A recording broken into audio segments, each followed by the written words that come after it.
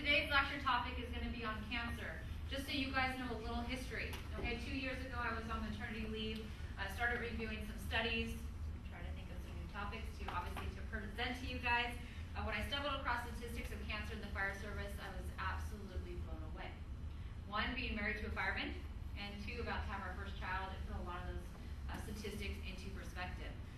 Over this last 2 years, I have presented this lecture to every single department in Southern California. You guys are my last stop.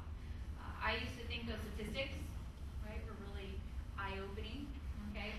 Going around to every department and hearing stories, and unfortunately going to several funerals because of cancer, that has become even more eye-opening.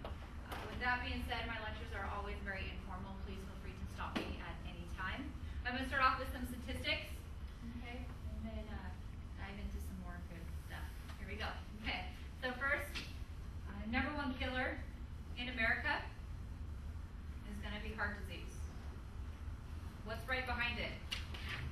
Cancer, yeah, and if you notice, it's not by much, right? Okay, so cancer is the second most deadliest disease in America. Here's the 2009 estimated cancer deaths, and what they did is they broke it up amongst men and women. I want to make it clear these individuals died from those types of cancer. Lung cancer to this day for both men and women is still the most deadliest type of cancer. Second most deadliest type of cancer for men is prostate cancer. Here's some statistics for you. 1 in 6 men will be diagnosed with prostate cancer. 1 in 35 will actually die directly related to prostate cancer. Well, here's even a better statistic. As a fireman, you have a 3 times greater risk than the general population. Do the math. What are the statistics there? Okay. Third most deadliest type of cancer for men is colon rectum cancer. What causes colon rectum cancer? A diet full of red meat. Yeah, red meat and processed foods, right? Well, guess what? No surprise, as a fireman, you have about a 2 to 3 times greater risk of developing colon rectum cancer than the general population. People ask me why. Well, what do you have to cook with at lunch? What do you guys all eat for lunch? Had to be cooked around some sort of meat. And what are you guys planning to cook for dinner? Also has to be cooked around some sort of meat, right? Otherwise, what happens to the poor cook? Okay, if they're not cooking around the meat, they usually get into some sort of trouble, right? For women, as I mentioned earlier, lung cancer, most deadliest type of cancer. Breast cancer, second, followed by colon rectum cancer.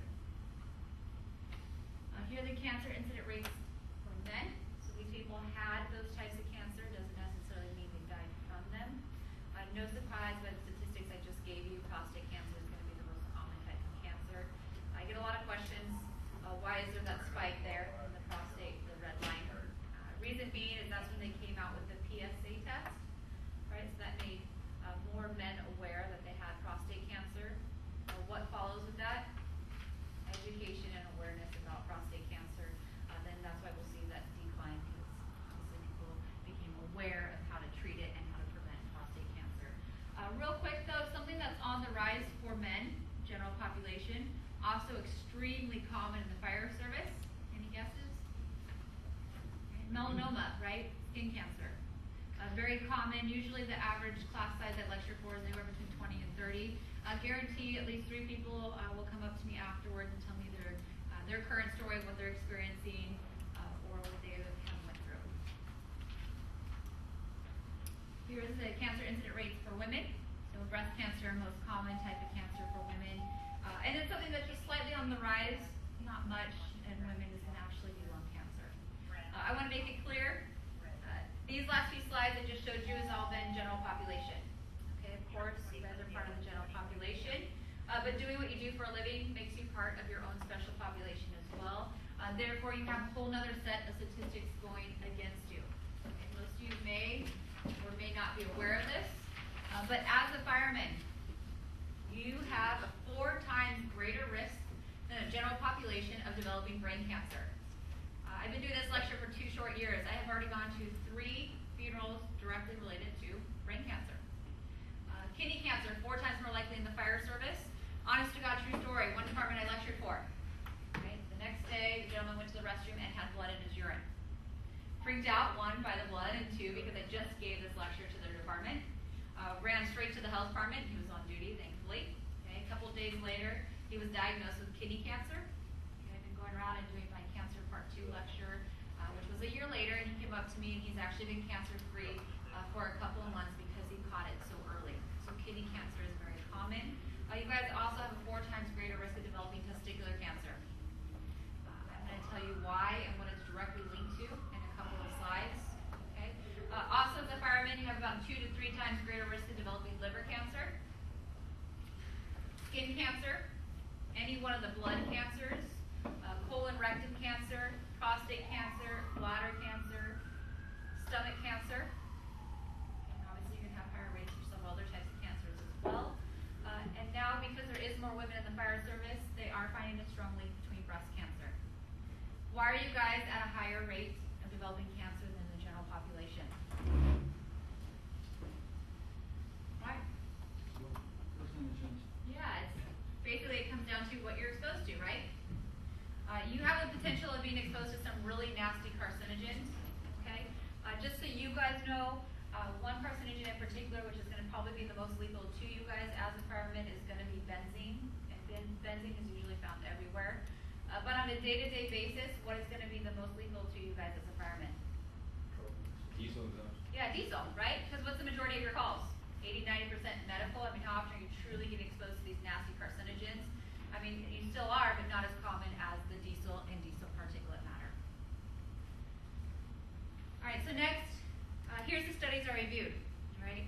To make myself more credible, here are some criteria I used. When was the study published? Okay, right? If it was done in the 70s, 80s, I think a few things have changed over the years in firefighting, right, since then, okay? Ideally, I liked it more current than 2000. Something else I considered, how many firemen did they test, right? If it was only 1 or 2, again, how relevant is that going to be to you guys? Ideally, I like to simplify them as close, if not far exceeding 100. With that being said, the first couple of studies I reviewed was all done on structure fires. Okay, what these researchers did, they took several firemen through several different scenarios. These firemen didn't have any restrictions when it came to fighting fire. However, they did have to wear their turnouts, okay, and they did have to wear their SCBA the entire time. They could never derobe, never take off the turnouts, or never unseal their SCBA. Again, they went in with no restrictions, allowed to fight fire how they normally would. Once they were done, 15 minutes later, the researchers took samples of their blood and of their urine. And guess what they found in every sample? VOCs and different types of carcinogens. Right? Over the last 2 years, people like to argue and debate, how is that possible, right? These gentlemen wore their turnouts and they wore their SCBA. Why didn't it protect them? Okay?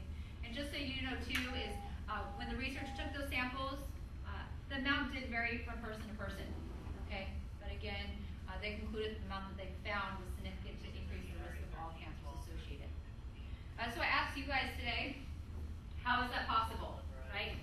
How are they getting carcinogens in their blood and their urine samples? Skin, but how through the skin? Yeah, absorption, okay? Once I kind of say this, it's really going to hit home and make a lot of sense. So first, what I want you guys to think about, you want a trash fire, structure fire, anything in between. You wore your turnouts, you wore your SCBA, and yes, they did protect you, right? You get back from that call, you get off the rig, and one of the first things you guys do is take off your turnouts. Turnouts now sit on the apparatus floor, and what are they doing? Off-gassing, right? That's why over the last decade, we've gotten really smart. We took them from your guys' room, and now we've moved them on the apparatus floor because they off-gas, we know that off-gas is harmful, right? The problem with that is, where is that off-gas going? The off-gas now is going on that inside liner that is made to protect you.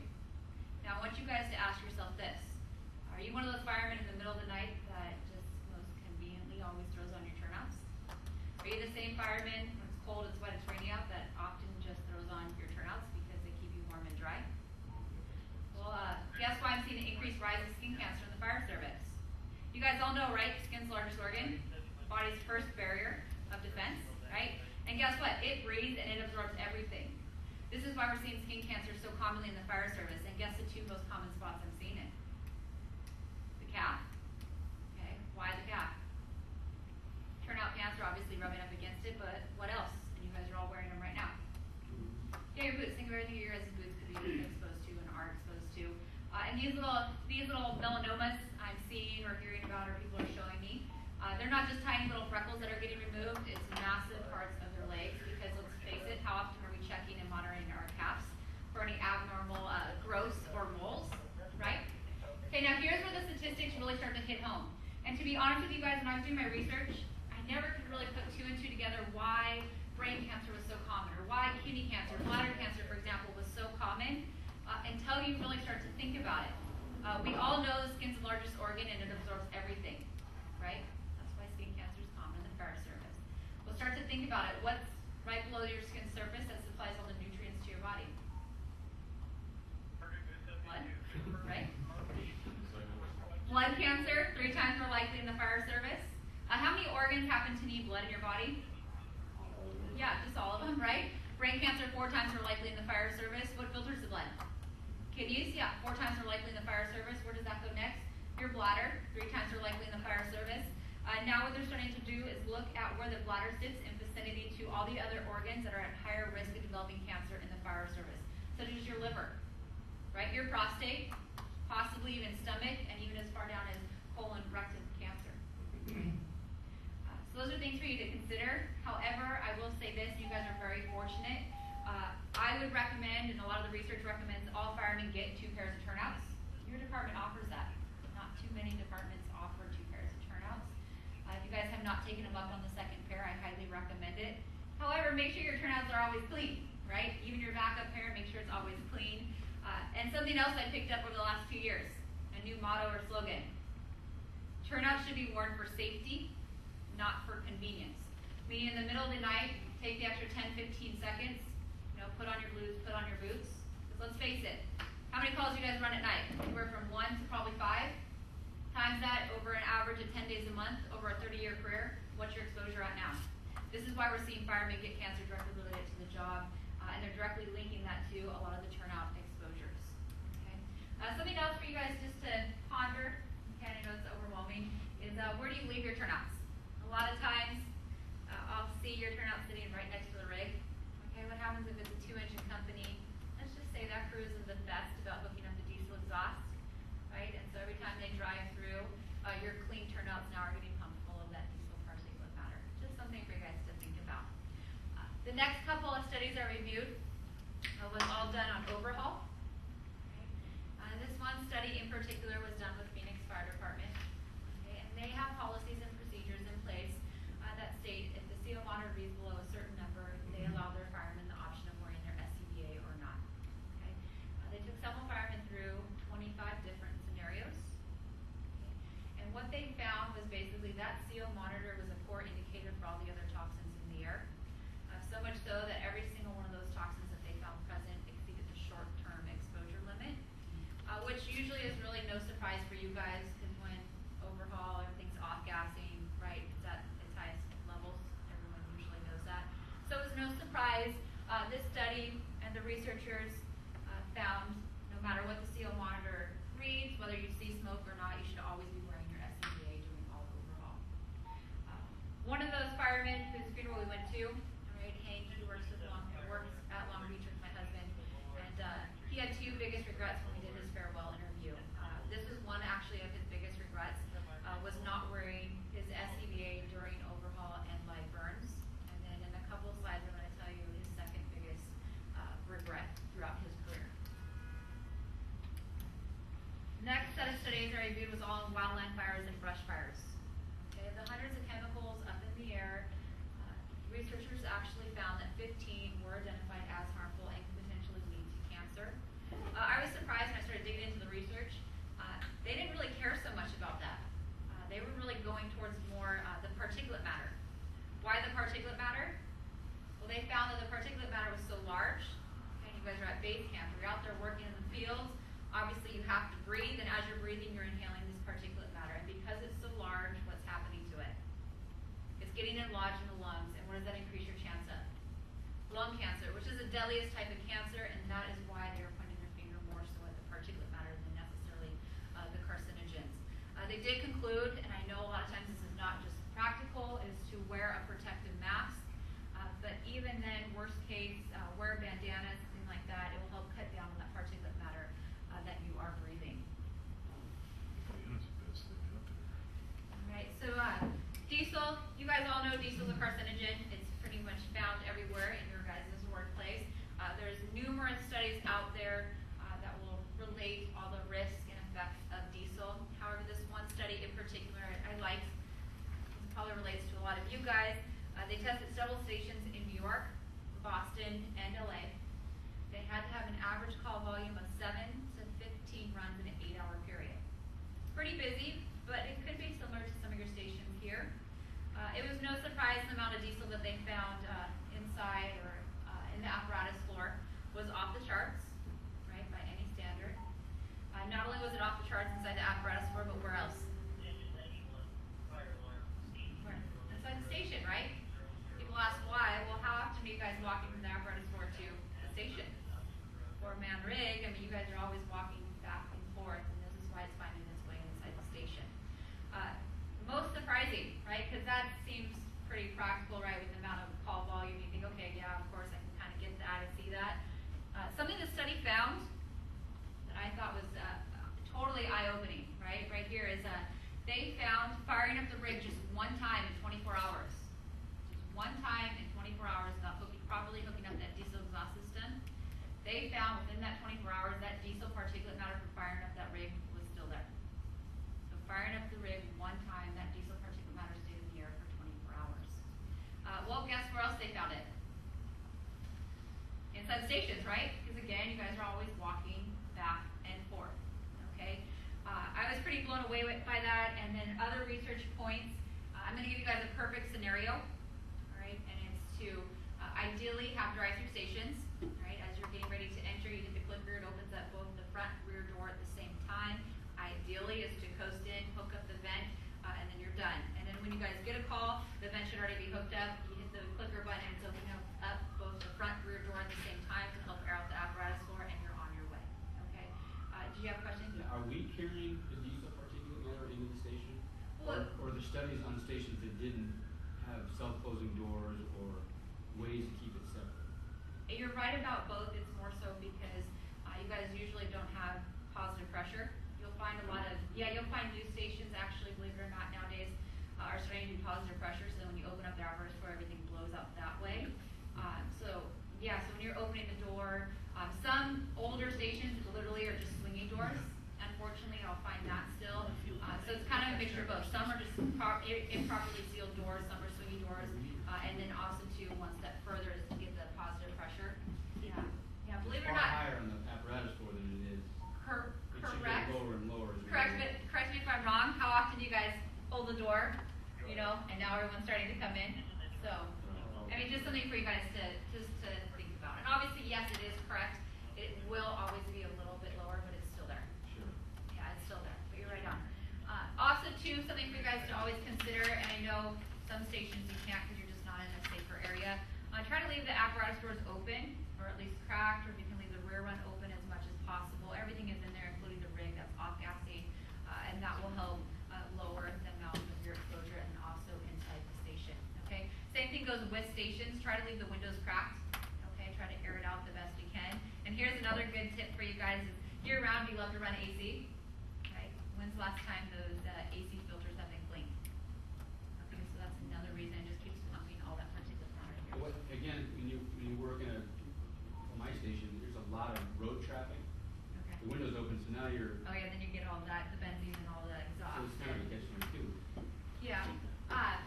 Yeah, you're right, but hopefully as long as your crews are good about hooking up the vents all the time, right, you're going to have lower exposure, open up the apparatus or stuff like that. And then absolutely, you're going to be better off keeping the windows closed, but then just make sure you guys change the air filter. Yeah.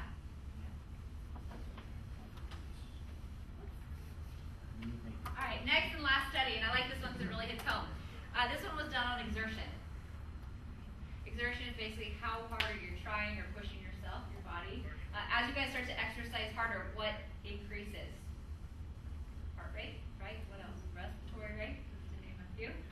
They found with a very low level of CO, 200 parts per million, that as the fireman started to work out harder, get closer to 90% maximal heart rate, his body absorbed 1% of the carcinogens in that room every single minute thereafter. That's huge, and how does it relate to you guys? Let's go back to the very first study, dirty or contaminated turnouts. Whether you go on an EMS run or a blowout structure fire, what is your body's natural response when those tones go off? Heart rate starts to increase, and especially on calls like a structure fire, your respiratory rate is going to start to increase, and what's happening? you're absorbing more and more of those carcinogens. Overall, we all acknowledge, right, when those toxins are off-gassing, they tend to be at their highest level. Okay, we think, hey, just 5, 15 minutes worth of work, I don't really see much smoke. Well, guess what? Everything's at their highest level. It tends to usually be pretty physical, and now you're absorbing more and more of those carcinogens, again, at their highest level. You guys heard me mention earlier, testicular cancer, 4 times more likely in the fire service. Ever wonder why? Pretty common one, too. We have 2 personal close friends of ours, firemen, battling a hard case of testicular cancer right now. And guess what they're directly linking it to? Those firemen that love to always wear and put on the most convenient thing being their turnouts. And why? Body's heating up, correct? Obviously it's going to. Those things keep you warm, right? What else is heating up in there? Those carcinogens. Okay, we all know the skin absorbs everything. Well, what else is down there that can absorb those carcinogens? And it's going to be the testicular cells. Just like skin cancer, it increases the chance of mutation. When those testicular cells get mutated, what does that increase your chance of? Cancer. All right? That's why they directly link firemen to often wearing their turnouts to have higher rates of testicular cancer. Something else for you guys to consider, and I love this one. At the same time, I hate to say it. As a crew, station, department, you guys work together to raise money, right? You want to promote health and fitness, so you guys buy a whole bunch of fitness gear. Unfortunately, a lot of times our stations are older, or we just don't have room. So where's a really smart place to put all that fitness gear? Yeah, it totally makes sense, right? Just a couple feet over from the rig, all the bunker gear, everything in that room is off-gassing. And now you're going to find someone on there doing intervals, getting their heart rate up nice and high, and what is happening? They're absorbing everything in the room. However, on a bright note, the more in shape you are, right? The lower your heart rate, lower your respiratory rate on average day-to-day calls, and therefore you won't be absorbing as much of the carcinogens. All right, I always like to go over this because then it makes more sense why you guys are at higher rates. And it's basically how is cancer formed? All right, 2 ways. First way is that when DNA is damaged, mutated, let's face it, body isn't perfect, it messes up. Same thing as us typing on a computer. We mess up, we hit the delete button, we keep typing. Instead of the delete button, the body has a p53 gene that will go around and attack any of those mutated cells. Use a typing analogy. Okay, someone hands you a paragraph to type up for them. Perfect spelling and grammar. Right? As you type it, you make a mistake or 2. You hit the delete button, you keep typing. Okay, again, it's no big deal. Second way cancer is formed, right, is when the body is being exposed to radiation, free radicals, or these toxins in the workplace. Go back to that typing analogy. This time they hand you a paragraph to type up for them. Horrible spelling, grammar, run-on sentences, you can barely understand what they're trying to say. As you type it, right, I'm sure you're making a mistake or 2, and you're trying to correct and figure out what they're saying. What I'm getting at here is only a matter of time 1, 2, or a few of those mistakes are going to go by. And that's the same thing that happens to your body. Your body is very efficient. It can keep up with its own mistakes, but if you constantly expose it to outside sources, let's face it, it doesn't have a chance, right? It can't keep up. And it only takes 1 or a few of those mistakes to go by, and then what is formed? Cancer. Okay, you guys know cancer is very aggressive, likes to spread. This is why it's so important that you guys clean up the workplace. Okay, those statistics I know are scary, right? Seems like everyone in this room is going to get cancer. But today, what I'm going to go over right now, these small little changes really go a long way. First, you guys are so fortunate. You get 2 pairs of turnouts. Take your department up on that and always make sure they're clean. Come up with the slogan, right? Turnouts are for safety, not for convenience. Wear them because you have to, not because it's the easiest thing for you just to throw on. Remember, over a 30-year career, that truly does add up. Okay? Wash your uniforms, wash yourself, wash your gloves whenever you are exposed. Avoid diesel exhaust. Okay, it sounds like a no-brainer. 2 problems I see here. Okay, the first, I understand for safety reasons or you're pumping, things like that. Let's just say you're in a residential area. There's a patient right there on the sidewalk. Why are we leaving the rig running? Okay, we're pumping the patient, including all of you guys, full of diesel particulate matter, just adding to your exposure. Second problem I see, and I see this around from department to department, station to station. It's time to do engine check, pump check, whatever you guys may be doing, right? You pull that rig about 2 feet outside that apparatus floor. Doors are all wide open. The rig is now running for 10, 15 plus minutes, and what are you doing? Pumping the entire station, including where you guys sleep, full of diesel particulate matter. So I recommend that you guys go further away, or make sure those apparatus doors are always shut when you're doing engine checks, things like that. SCBA, I already went over. All overhauls. And here's another key thing is live burns. Oftentimes people assume that they know what they're burning, so there's no carcinogens, and guarantee no matter what you're burning, there's still going to be carcinogens there. Wildland fires, again, worst case, just wear a protective mask or bandana. Don't hang out, don't work out on the apparatus floor. Air it out the best you guys can. Overall, and I'd say this is the most important thing of this entire lecture, and I can't emphasize it enough, is make sure you guys log all your exposures. And in fact, I'd say this is my biggest disappointment over the last 2 years I was lecturing, is how few of you guys are properly logging your exposures.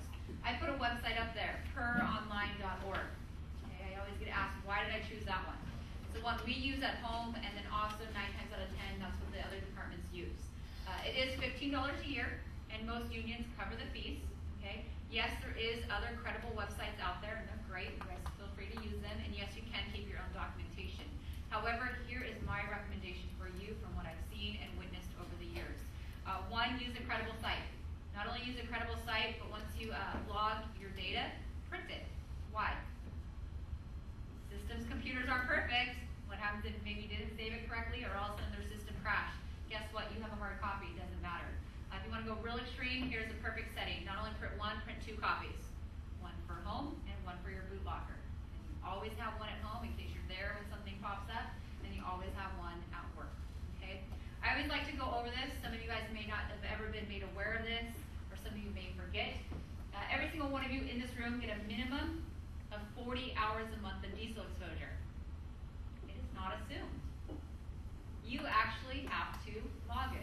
It does not need a call number, run number. You can do it daily, monthly, weekly, whatever works best for you. You guys all work more than 40 hours a month, so guess what? You can log those hours as well.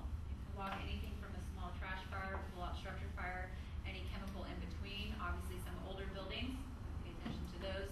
And then again, hazmat, of course, you guys are obviously have a chance of being exposed to a lot more as well. Couple of things too, this website is confidential, and as long as you're current with your dues, they have amazing customer service. If you have not been the best about logging over the years, you can call them. They'll ask for your hire on date, and they'll at least backtrack your minimum of 40 hours a month of diesel exposure, okay, which is something, it's better than nothing, and I recommend you guys start going through the logbooks and logging now. 2 problems, okay, first is a lot of departments now are taking those old school handwritten logbooks and having someone input them all on the computer, right? Because computer systems, they make more sense. Also, it's a lot easier just to look up your name and do all that information. Unfortunately, in the time being, they're missing data, right? Or some of it just disappears. And what I'm finding is younger firemen, right? You're like 15 years on, don't think it's going to happen to them. All of a sudden it does. They go to backtrack and their data is missing. Okay, yes, there is lawsuits pending out there. That is correct, but in the meantime, who is not getting it covered as presumptive, and who's paying for it out of their own pocket, this individual? I told you about our good friend Hank, who works with Long Beach Fire Department, or who did work with Long Beach Fire Department. His biggest regret, or one of them, was not wearing his SCBAs during the overhaul and live burns. His second biggest regret, not properly logging his exposures. Like many of you, he assumed, and I always get this question, brain cancer is considered presumptive in the fire service. So a lot of people ask me, why do I need to waste my time documenting if it's already considered presumptive? I'm going to get taken care of. Well, he thought the same thing, and guess what happened? City denied him. Okay, he had 20 plus years on the job, 2 young daughters and a wife at the time. Right, he had children a little bit later. Getting denied. Not only is he getting denied, the doctor gave him 3 months to live. Why was not logging his exposures one of his biggest regrets? Well, what happened to his retirement? Right, if he gets it covered presumptive or not. Kind of changes a few things, right? So it's very important you guys are healthy. You do not think it's going to happen to you. Unfortunately, the trend I've seen over the last 2 years is it can happen to you. All right, and it is happening, and it's happening a lot sooner. So make sure you guys log your exposures. I know I pushed a lot on this point. It's just really important. It protects you, it protects your family. Also, as far as California goes, there's the AB 2253, which is a presumptive bill in place to protect you. For every year, you guys get 3 months considered presumptive. A couple years ago, it used to be for a maximum of 5 years. Now they pushed it back to a maximum of 10 years. Okay, so that means you're covered under the presumptive bill. So you retire at 50, you're good until you're 60. Just so you guys know, this bill states documentation is very important. Without the proper documentation, you're leaving your case wide open to get denied. A couple people will ask, you know, oh, well, isn't it just obvious that we have exposures, or Doesn't the city just know? Okay, well, not to be so harsh, but you guys work on average 10 days a month. What are you doing the other 20 days a month? You, a deep sea fisherman hanging off back into the boat, can the city prove that? Maybe that's how you got all your diesel exposure. Are you one that likes to work on off-road cars? Whatever it may be, what I'm getting at here is if you're not properly documenting, you're leaving your case wide open for the city to not deny. And ultimately, you're the one who's going to get delayed treatment. And then real quick, this is the last thing I'll say about this, skin cancer. Okay, we all have great insurance, and if you have kids, you always hit your deductible, right? We all should be going to the dermatologist once a year, some of us even more often, and we're getting things removed, right? Sometimes you'll get them removed, and then the doctor will tell you, oh, it's a basal squamous cell, it's precancerous, right? We hit our deductible, we only paid our $20 copay, we never really even think twice about it. Common problem I'm seeing, okay, let's just say that squamous basal cell they removed off your arm, right? Now all of a sudden lands up on your abdomen. Okay, I want to make it clear, skin cancer in the fire service is only considered presumptive in exposed areas, your arm, your neck, and your face, okay? Well, guess what? This dermatologist can prove that, hey, look at these squamous precancerous cells are definitely related to this. Guess who's getting it covered as presumptive now? You are.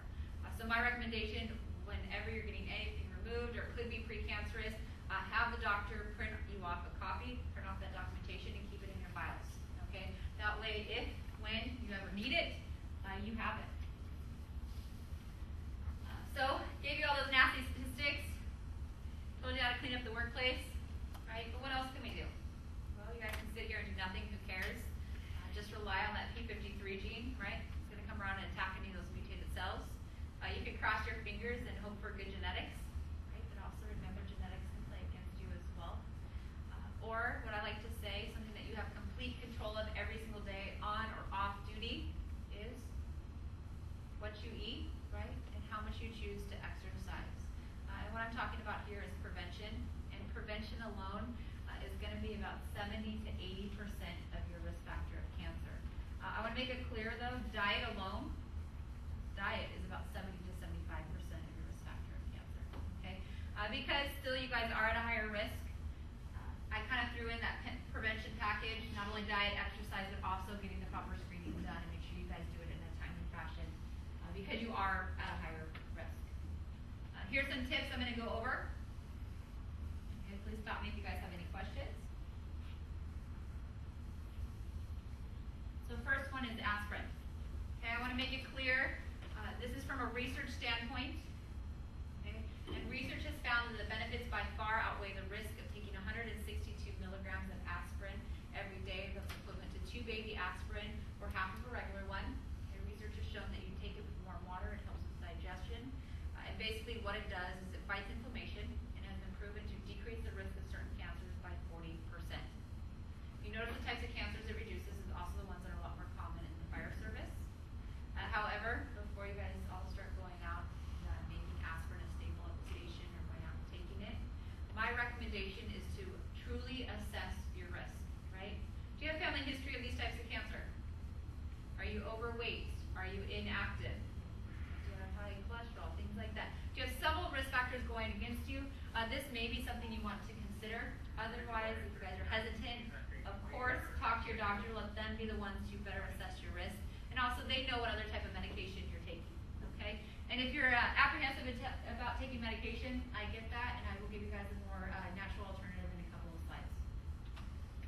Fortify yourself with vitamin D and selenium. Vitamin D is the #1 deficiency in America.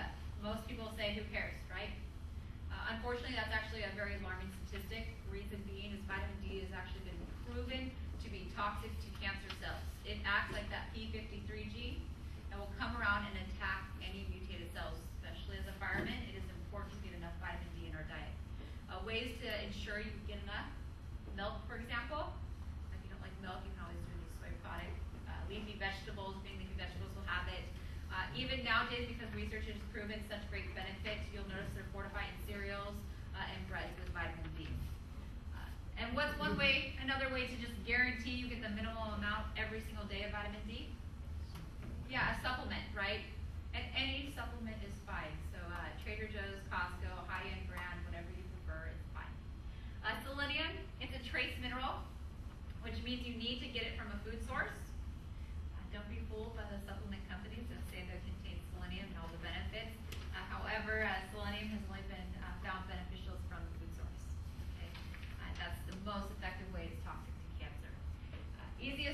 selenium in your diet?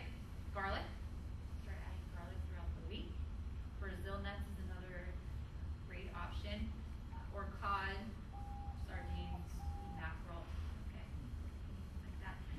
Or probably another really easy way. Oats. So oatmeal.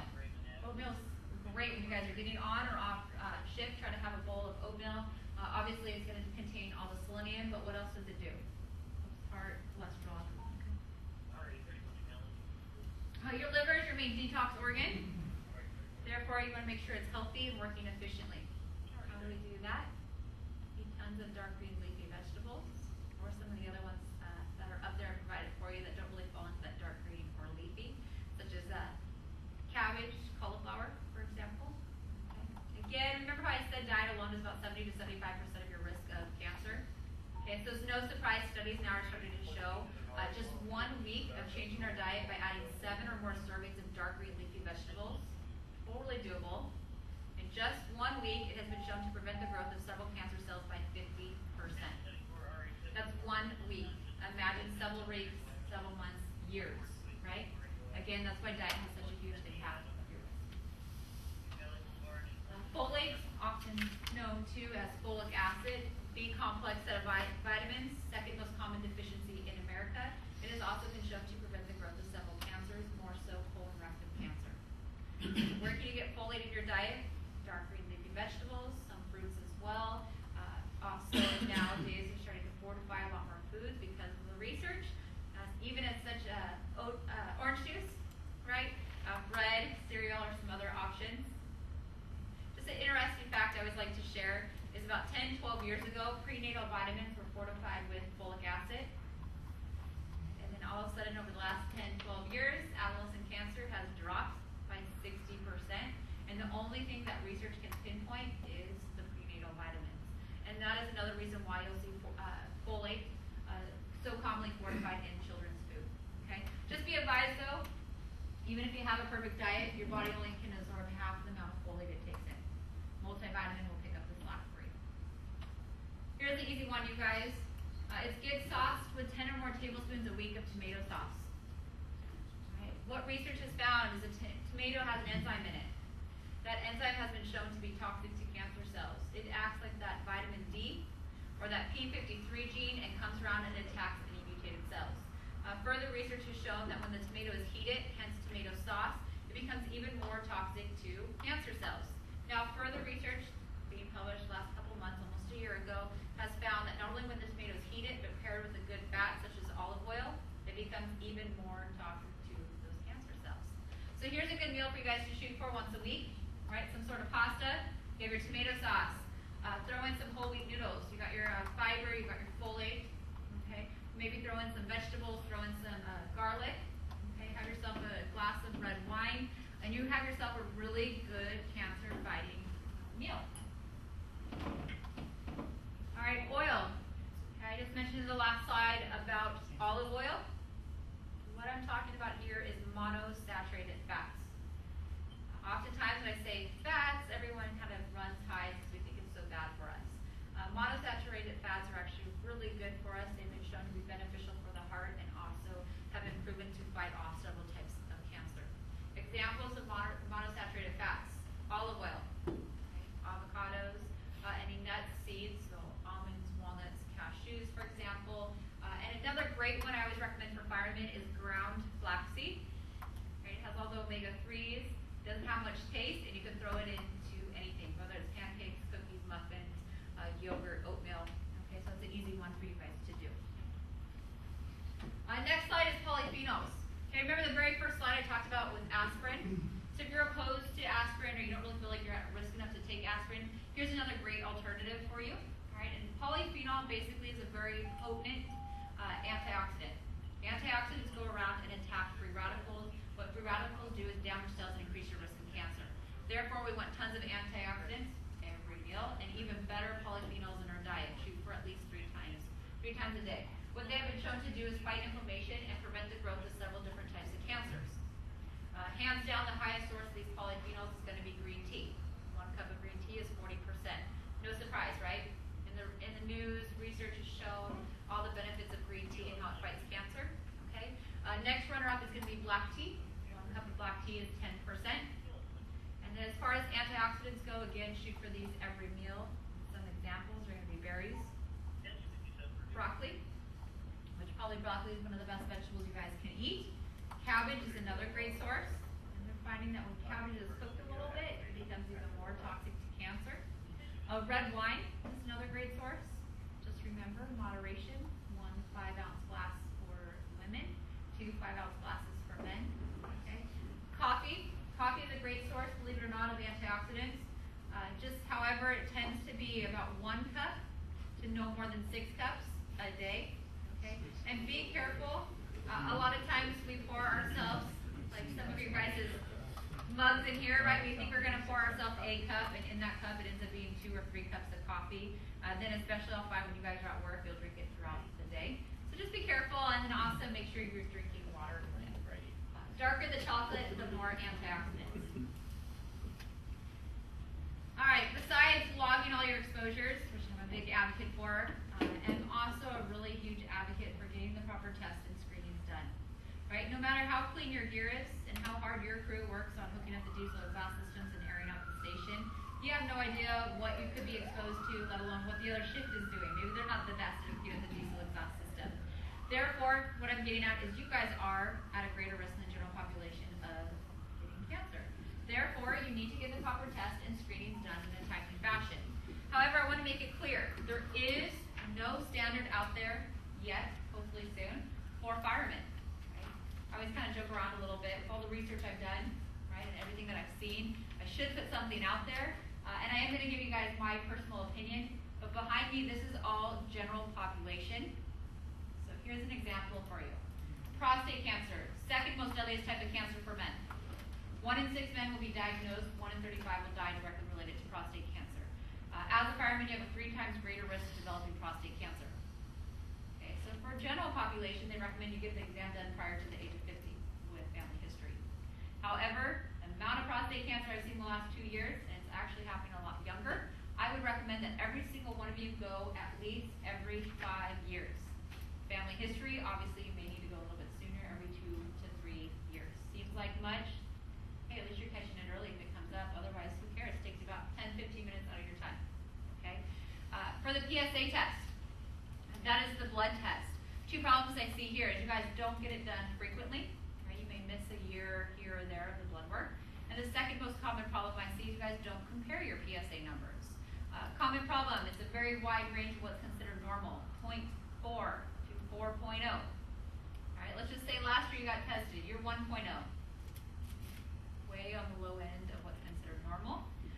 This year you get tested, you're 2.0. Right? No red flags at Santa Ana. Why? You're still within that normal range. Well, guess what? It's actually considered abnormal what happened to you. You got an increase greater than 0.76. 0.76 doesn't matter if you're outside of what's considered normal. If you get an increase greater than 0.76, that is a cause of concern. You need to go get it looked at. It could be inflammation or it could be the onset of something very serious early on.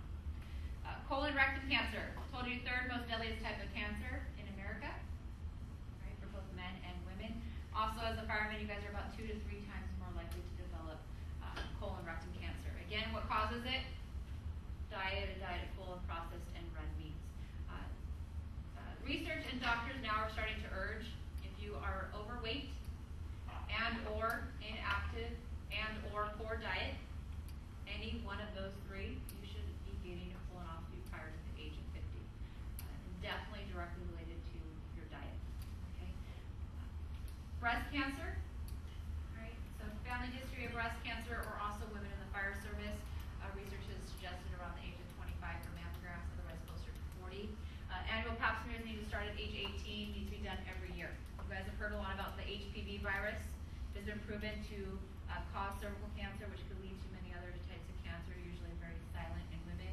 I always like to mention this because this can happen really at any age, whether they're 16 or 70 plus years old. And this is the only way it goes detected. Skin cancer. Okay. As most dermatologists will say, right, it's not a matter of if, it's when. And something else I want to make it perfectly clear, race doesn't matter when it comes to skin cancer in the fire service. Typically, African Americans, Hispanic, for example, have lower rates of skin cancer. I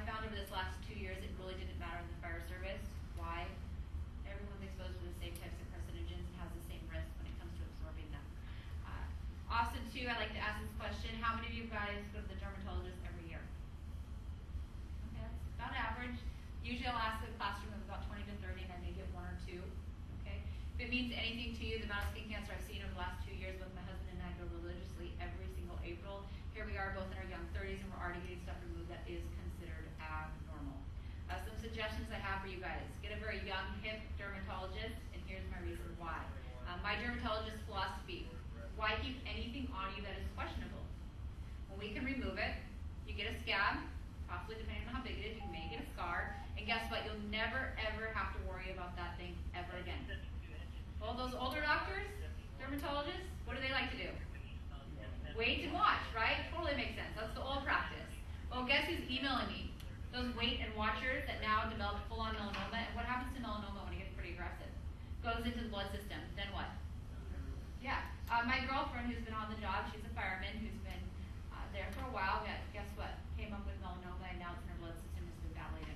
Pretty hard battle. And once it's in the blood, it's unfortunately good luck. But she's putting up a good fight, so our fingers are crossed for her. But what I'm getting at here is be aggressive, right? Again, it's not a matter of if, it's just when. Therefore, be smart. Make sure you guys know your ABCs when it comes to the skin. Is it symmetrical? How's the border, the color, the diameter, the elevation? If any one of that is off, it seems questionable for you, go get it removed. And speaking of dermatologists, just so you guys know, the one prior to the one I use now, all my moles that I was questionable about, I just didn't feel right. No, those are fine. No, those are fine. Those look good. Went to that other dermatologist that just didn't feel right about them. She immediately said, oh no, you need to remove them, and 3 of them actually turned out to be precancerous. So if you guys just kind of know it doesn't feel right, go get them removed. Other rule of thumb, take a pen, put it over the growth, the mole, whatever it may be. If that growth or mole is larger than the pen, that is considered abnormal, go get it removed. Also, a pen is perfectly round. Okay, so if any one part of that mole hangs out, that is also considered abnormal, go get it removed. Okay, besides those 2 spots, like I said, that commonly I'll see melanoma in the fire service, guess what the most common spot is, hands down? Right, the neck, the ears, right? Okay. I have one here. Oh, you did it on your neck? You know what else they're starting to say now is because of your guys' hoods, and also even sometimes like where the VA strap, especially on the abdomen, or even here, rubs you, so it's making those carcinogens absorb even more. So that could be sun or, did you get it covered as presumptive? No, on my own insurance coverage. Okay. My health insurance, but the doctor did make that analogy. He goes, Okay. You're a fireman, I guess, yeah. So I get a lot of firemen that get them on their neck and on their wrists Yeah. from the turnout from Exposure, yeah. touching. Yeah. Yes, that is another common, yeah, because of the hood and stuff like that. And also, too, is I don't think you guys are the best about washing the hoods. I don't think it's usually not really something you guys think about washing. So with that being said, another common spot I really see is going to be behind the ears, too. Okay? Why more the neck and behind the ears?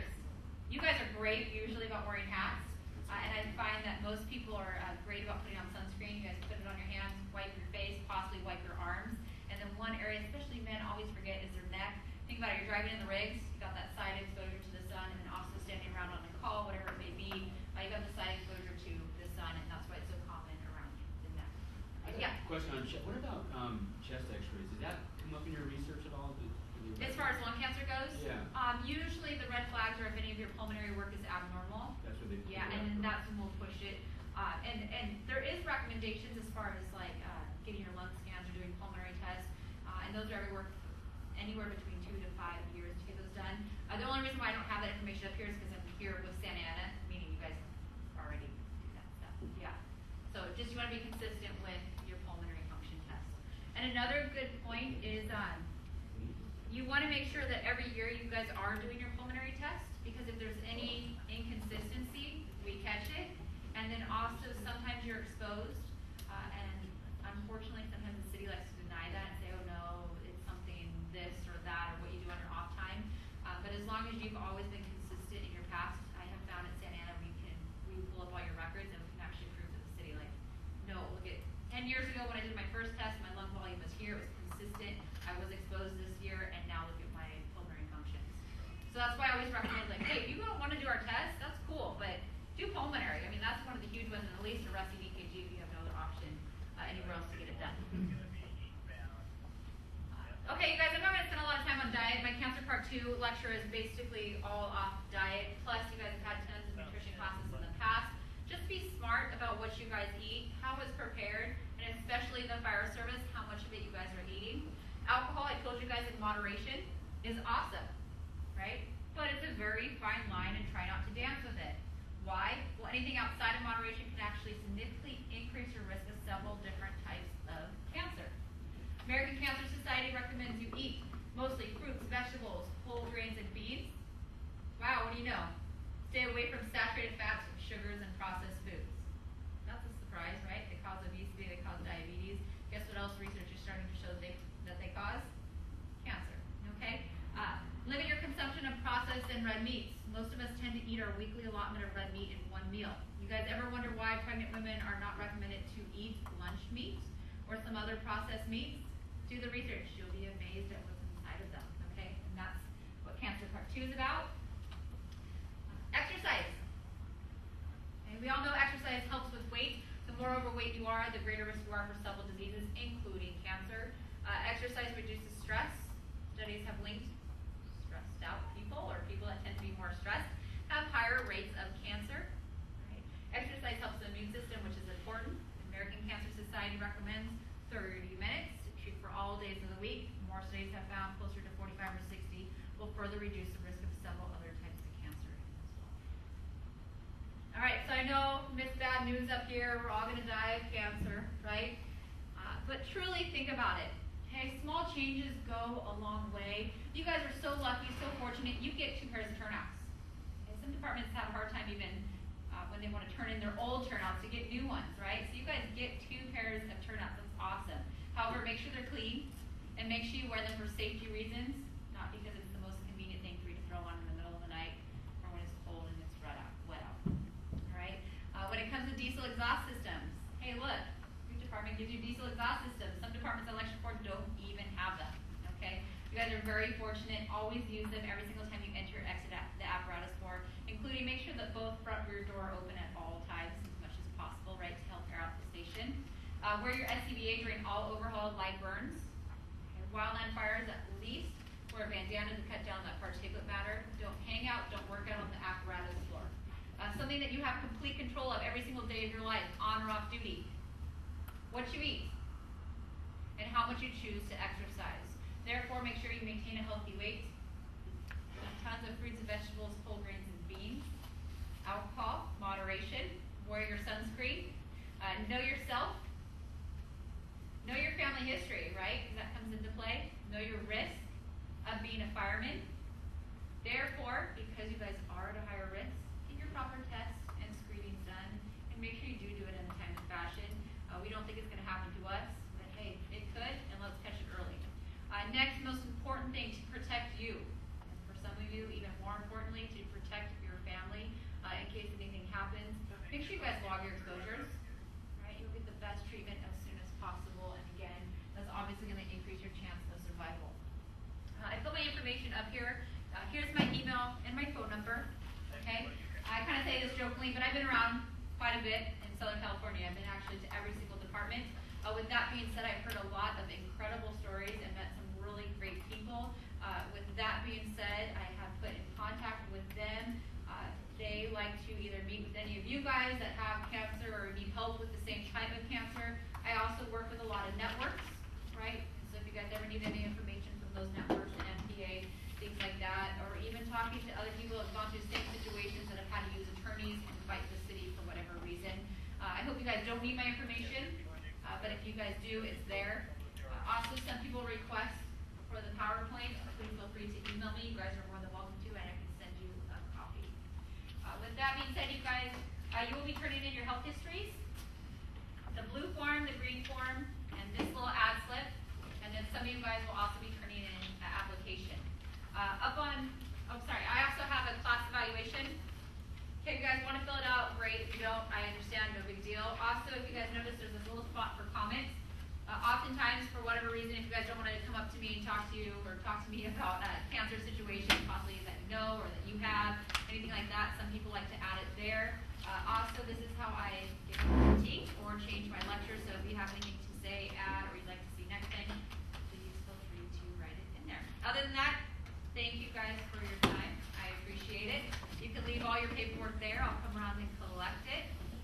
And thanks again, guys. Thank you.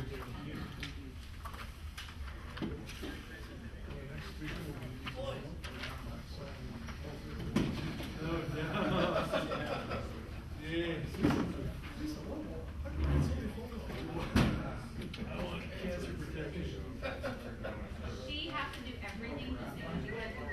That's fine.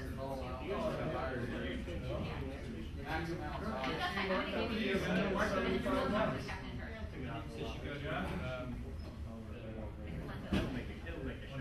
Oh, she can either do it here or she can do it on her own in the locations that are listed. Oh, wait, you might. Yeah, there's labs. Do you remember those Macy's that? White bread. There's labs everywhere. There's one Oh, potato bread, that's kind of. We didn't bring canner neither. Go with that.